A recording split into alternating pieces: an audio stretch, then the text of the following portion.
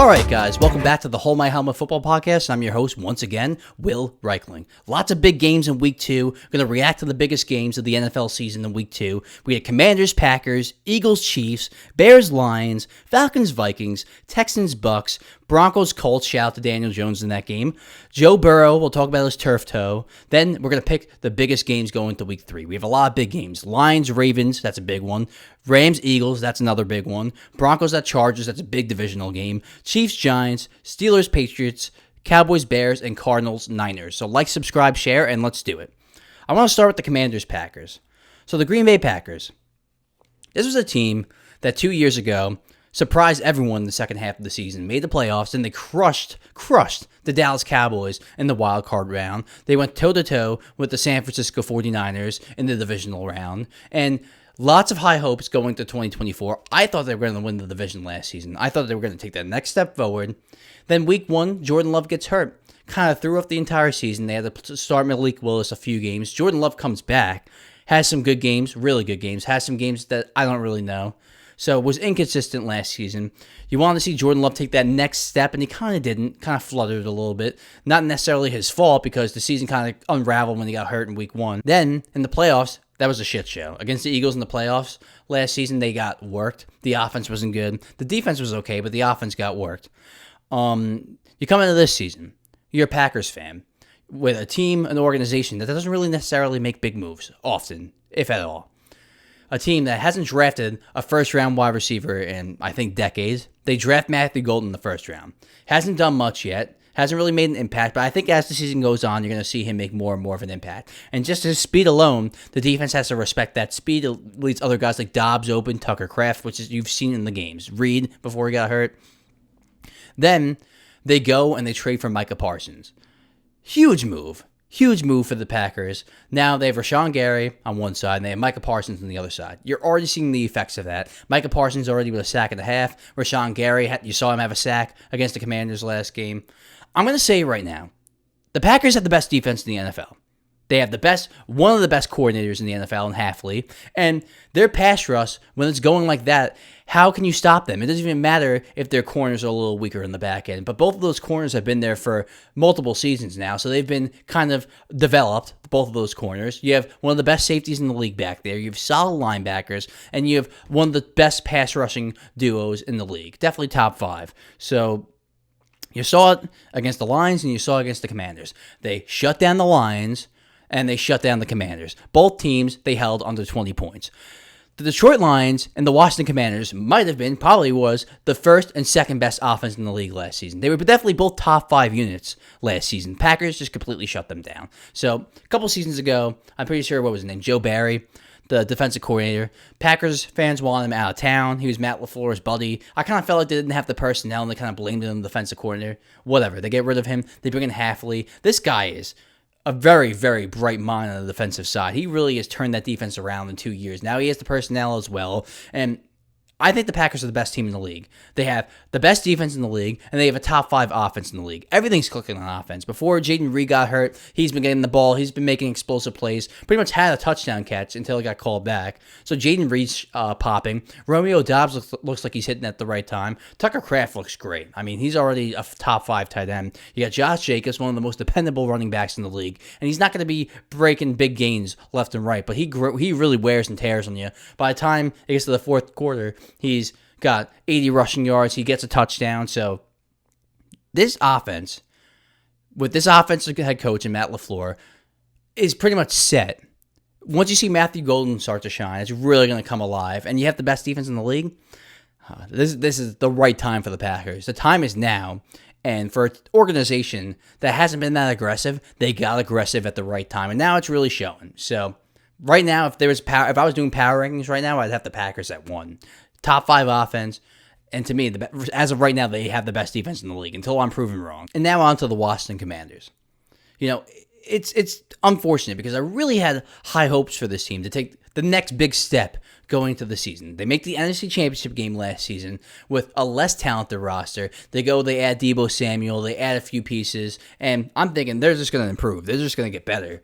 And they do have one of the oldest, if not the oldest team in the league. So I guess that hurts you a little bit, but I'm just not seeing this next big step yet. I'm just not seeing it. It's only 2 games. They did handle the Giants, like manhandled them. It was not even a close fight.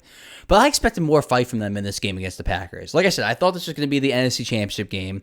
And last season, they got a game away from the Super Bowl. They went and got Debo. They were all in for this season. The Commanders were all in for going to a Super Bowl this season. And so far through 2 games, I don't know.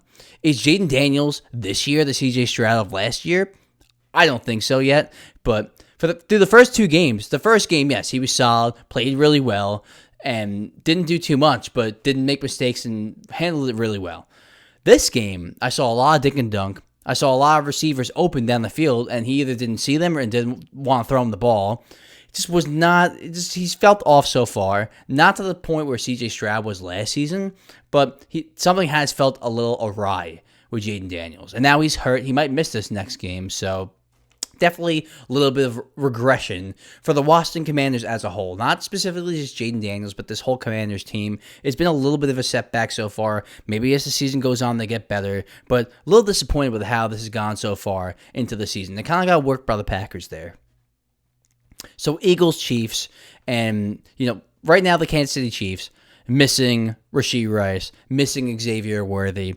You're pulling for Patrick Mahomes here, but he's really got to take it to a next level. That's why you see him running around a lot. It's just he's not working with much, and people want to hate him, Patrick Mahomes. Yeah, maybe he's lost us.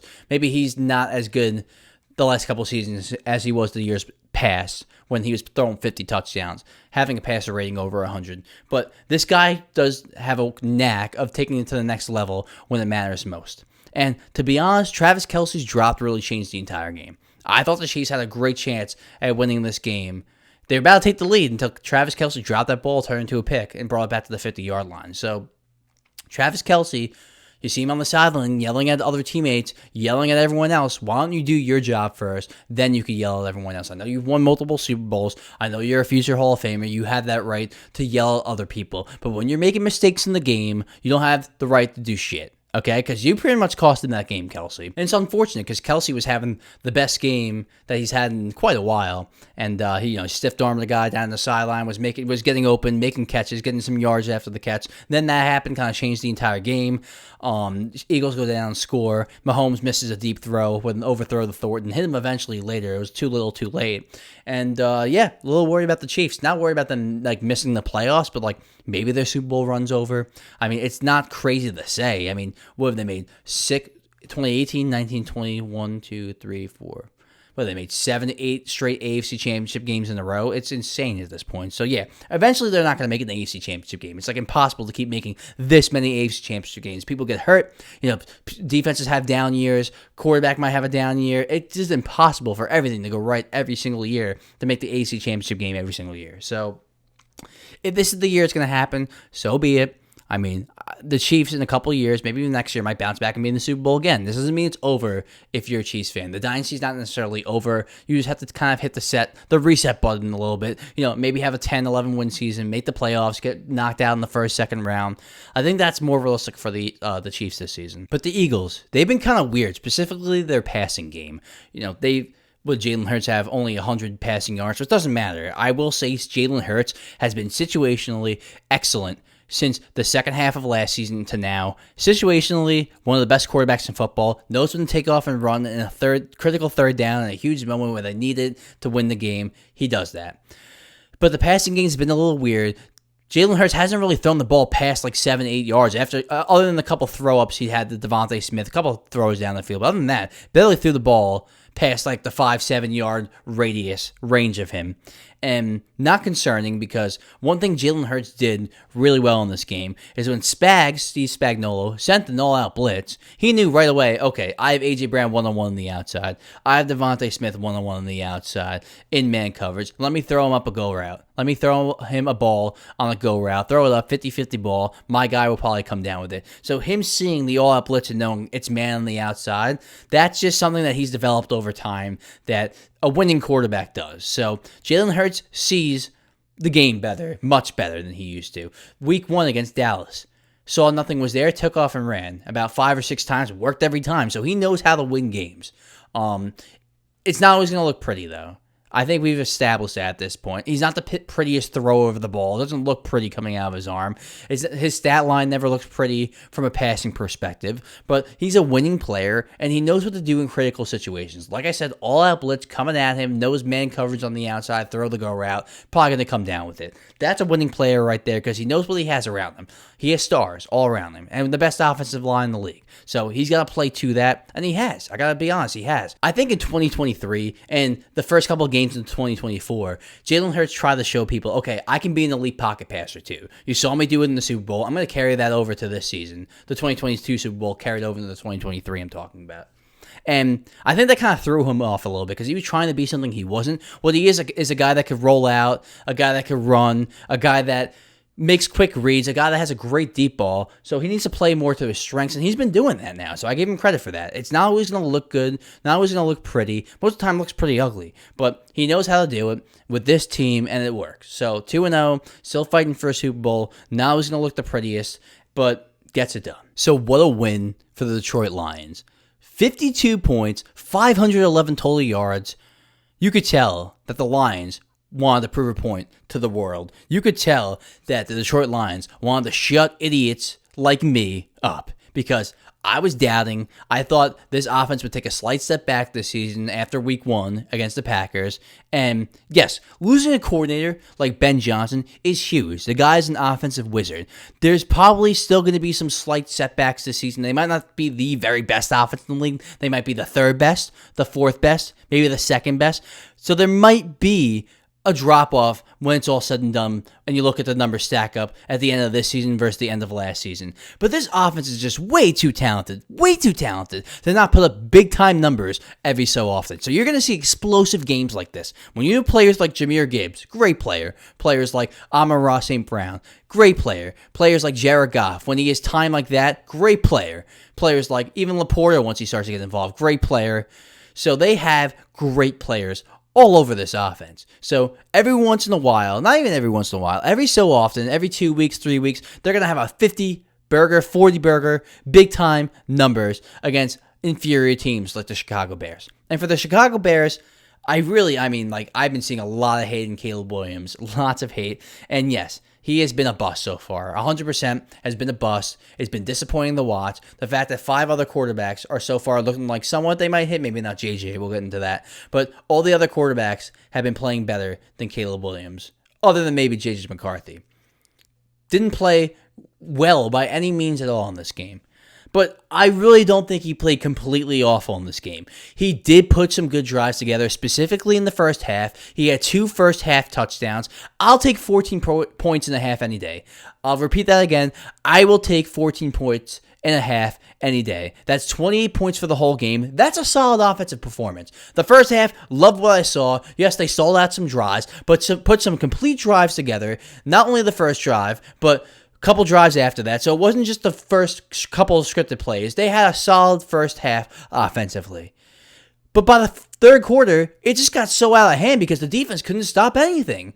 By the third quarter, it was so out of hand that Caleb was just trying to play catch-up. And Ben Johnson was just trying to play catch-up. They couldn't even call the full offense. And then, at that point, he made some bad throws. He had an awful pick that a quarterback in year 2 should never make. Rolling out, just trying to heave the ball away, throwing it right to the defender. But it really isn't fair to make an assessment after that shit show of a game. The Bears defense could not stop a lick. By halfway through the third quarter, it was a blowout, complete blowout. And then Caleb Williams was just playing catch-up the whole game. Had no strategy. It was just, okay, I got to make a play here. So I get why Caleb kind of got in the weeds there towards the end of the game when you're getting blown out by 40-plus points, 30-plus points. So I do think when we look back on it, we probably set the bar too high for Caleb Williams coming out of college. Yes, he has first-round talent as far as a quarterback. He is number 1 overall pick talent as far as arm strength, and he's way more mobile than I thought coming out of college. He looks like a really good athlete. But he probably needed to sit for at least a year, just like Patrick Mahomes. We always love to compare him to Patrick Mahomes. Patrick Mahomes was really raw coming out of college, and I think we thought Caleb Williams was way more polished coming out of college than he really was. Like I said, the biggest knock on Caleb Williams coming out of college was the fact that he struggled to make time throws from the pocket, play within a system, which is the biggest red flag for a quarterback in year 1 that I could think of. That is a guy that needs to sit for a year, and that's very raw. Mac Jones, a guy that's not so talented, was ready to play year one because he knew how to sit in the pocket and make time throws. You saw it in the Niners last week. So, number one overall picks don't sit, though. Plus, they put all their chips into the middle of the table for this player. They traded Justin Fields to the Steelers, and then they acquire all these first-round picks, and everyone's saying Caleb's the greatest prospect since John Elway, Andrew Luck. At the time, they were saying Trevor Lawrence, too. That hasn't turned out well, but I think we kind of overhyped this player, and sometimes hype can do that, especially in the social media age. Things get overhyped, and I think Caleb Williams got overhyped, and I fell for it, too. But doesn't mean this guy can't resurrect his career, but it's probably going to be a lot slower than we all imagine. Like, it's going to take time. This might take even half a season to figure out until he starts to improve and play a little better. I just think this wasn't necessarily a fair game to judge him off of because they were blown out by the time we were halfway through the third quarter. He had a very solid first half, 14 points in that first half, 2 touchdowns. That would have added up to 28 total points. And then by the third quarter, the Bears couldn't stop anything. The lines were just up and down the field, scoring. How are you going to play quarterback like that when you're down 20, down 30? Like, you're just playing catch-up the whole game. You can't play your game. So I'm not going to blame him there. I'm really not. Didn't play great. Like I said, did not play well at all by any means, but played better than people are giving him, cutting him out to be for that game. So I will kind of push back on that. So the Sunday Night Football game, probably one of the most boring Sunday Night Football games I've seen in a long time. Falcons-Vikings. And look, I believe coming to the draft with all those quarterbacks, that Michael Penix was the better prospect than J.J. McCarthy. I thought Michael Penix was way more polished, has a better arm, better decision-making, and he showed running the 40-yard dash. He's faster. Didn't he run a 4.45, 40-yard dash? So for a pocket quarterback, he's pretty damn fast. And he can make contorted throws while moving out of the pocket. You saw in this game, he was rolling right, off balance, throwing it with his left arm sideways, completing the pass. So he just looks way more polished, Michael Penix, compared to J.J. McCarthy. And Michael Penix, by no means, played great in this game. He was kind of a check-down merchant in this game. So he hasn't necessarily put all the pieces together yet, Michael Penix. But watching Michael Penix and watching J.J. McCarthy, you could tell Michael Penix was way more ready for the moment, way more ready to be an NFL starting quarterback. And also, J.J. McCarthy plays on a lot of emotion, kind of feeds off his emotion. Michael Penix, very calm, cool, collected, always one reaction on his face. Got a little frustrated with the helmet, but even then, he wasn't screaming, going crazy. He's very calm, collected, and just very well put together. And doesn't make giant mistakes. Was checking down a lot in this game. The offense hasn't really been very explosive so far in his career, but he hasn't made the big mistake. And when he's had to, he's made a play running. He's made a play throwing a ball out of the pocket. He's kind of done what he's had to do so far in his short career. And you could tell he's more ready for this moment than J.J. McCarthy. And for J.J. McCarthy, like I said, very emotional player, leans into that, but he looked like in this game, he reverted back to the first 3 quarters against the Bears. That's what it looked like. He reverted back to that. There was no magical fourth quarter for J.J. McCarthy in this game. So now, 2 full games, 8 full quarters. We now have 7 quarters where he was the worst quarterback in the league. Pretty much one of the worst quarterbacks in the league in those 7 quarters. Then we have one amazing quarter. Amazing quarter. Can't take that away from him, but one amazing quarter, 7 completely awful quarters. So I think the Vikings' hope was that J.J. McCarthy kind of figured everything out in that fourth quarter of last week, but it might take longer than we thought. And I had the Vikings coming in last place in this division. I might be wrong because Chicago looks even worse, but the Minnesota Vikings are not a playoff team if that's how J.J. McCarthy's going to play. Now, we can't get too high and low off one game to the next game because JJ was great in that fourth quarter. But just like Caleb Williams, it's going to take time. This guy's not really polished. Michael Penix is ready to go out there and at least compete for the division. That's a good Falcons team around Michael Penix. That's a great Vikings team around JJ McCarthy. And if he's going to play like that, they're kind of limited. They are kind of limited. Well, they scored 6 total points in this game. And the game before that, they had 6 total points until J.J. McCarthy went off in the fourth quarter. So, a little concerning there for sure. But we're in week 2. He's got some time to develop. He's got no backup behind. No Sam Darnold on this team to kind of come and get him benched. So, he's going to ride this thing out. So, let's see how it goes. I wasn't high on him coming out of college. Like I said, I preferred Michael Penix. And I think if Michael Penix was there for the Vikings to take and J.J. McCarthy was also on the board, they would have taken Michael Penix. And I kind of think this game showed that because Michael Penix is able. He's a distributor. He was distributing the ball tonight, getting the ball to his targets. Kyle Pitts is starting to look more revived. Drake London hasn't really done much yet, but they look like with Michael Penix, then they're not going to be an elite offense, but they'll be competent. We don't know if the Vikings will even be competent with J.J. McCarthy after 7 quarters of terrible football. So, long season, we'll see how this goes, but a little concerning for J.J. So, the Texans and Bucs. I want to start with the Texans because something just hasn't been right with C.J. Stroud. He regressed last year. That was expected. Defenses finally had a full year of tape on him. The Texans were...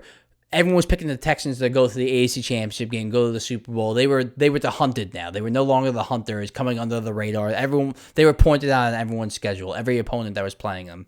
So it was expected last year to have some slight regression. They didn't really make a lot of improvements to the offensive line. They still had no running game. Stephon Diggs got hurt out for the season. So was expected. CJ Stroud still won a playoff game, looked well in the playoff game. So I'm like, I'm not worried about CJ Stroud at all coming into this season.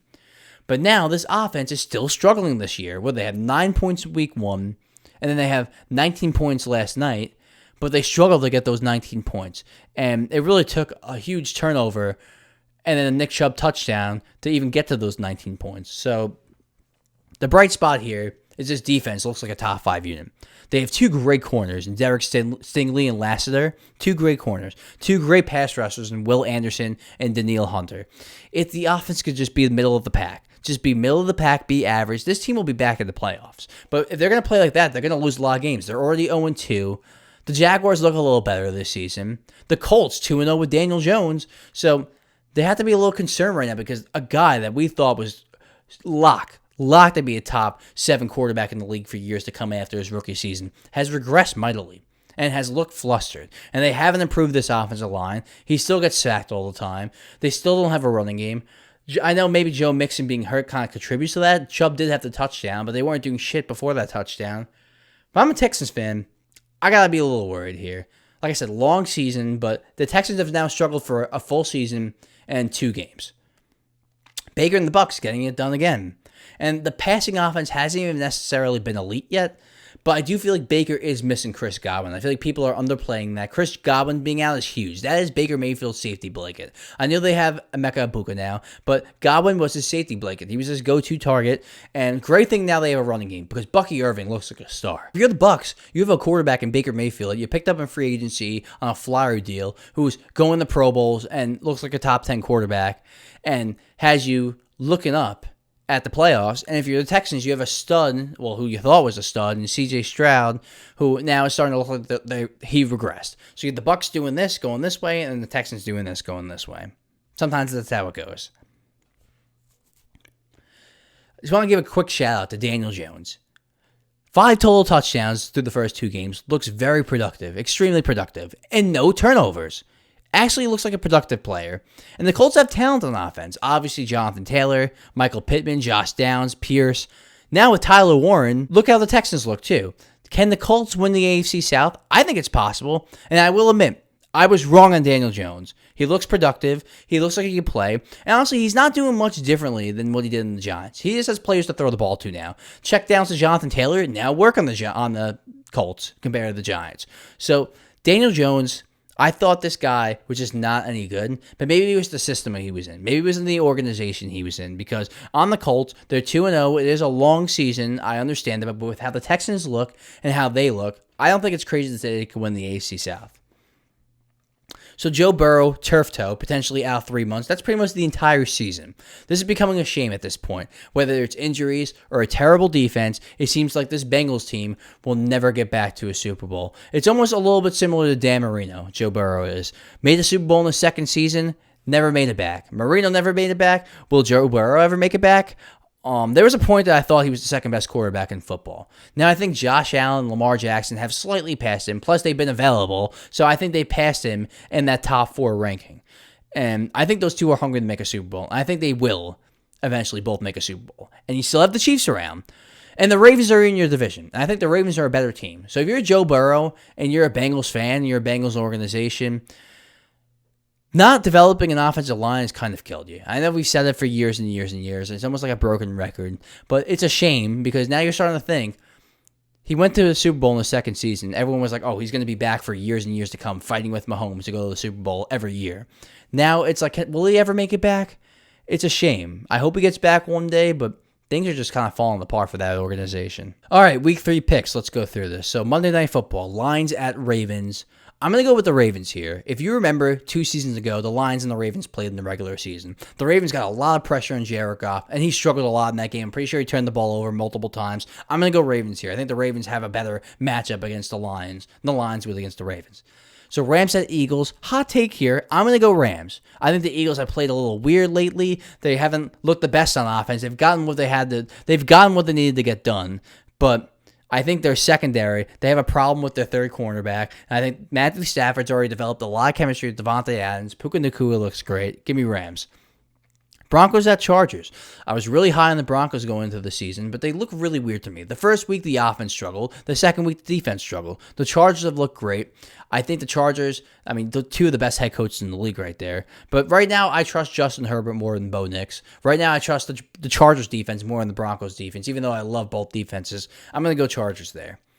Chiefs at Giants, Sunday Night Football, hot take, give me Giants.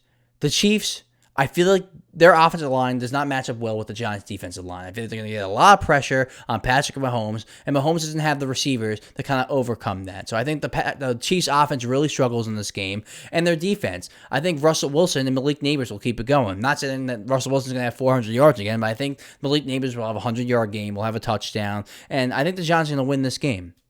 Steelers at Patriots. That one's tough. I'm going to go Steelers. Not too confident about that, but I still think the Patriots are a year away. I think the Steelers defense will kind of come back to earth and be that good defense that we all thought they'd be. Cowboys at Bears. I just think the Bears are becoming a disaster, and the Cowboys offense looks really good. Give me Cowboys. Their defense has been spotty, but the Bears offense has been even spottier. And last but not least, Cardinals at Niners. I don't think Brock Purdy's playing this week, so if he doesn't, give me Cardinals. If he does, I might switch that and go Niners there. So Lions at Ravens, I'll take Ravens. Rams at Eagles, I'll take Rams. Broncos at Chargers, I'll take Chargers. Chiefs at Giants, I'll take Giants. Steelers at Patriots, I'll take Steelers. Cowboys at Bears, I'll take Cowboys. And Cardinals at Niners, give me Cardinals. Thanks, guys. See you next week.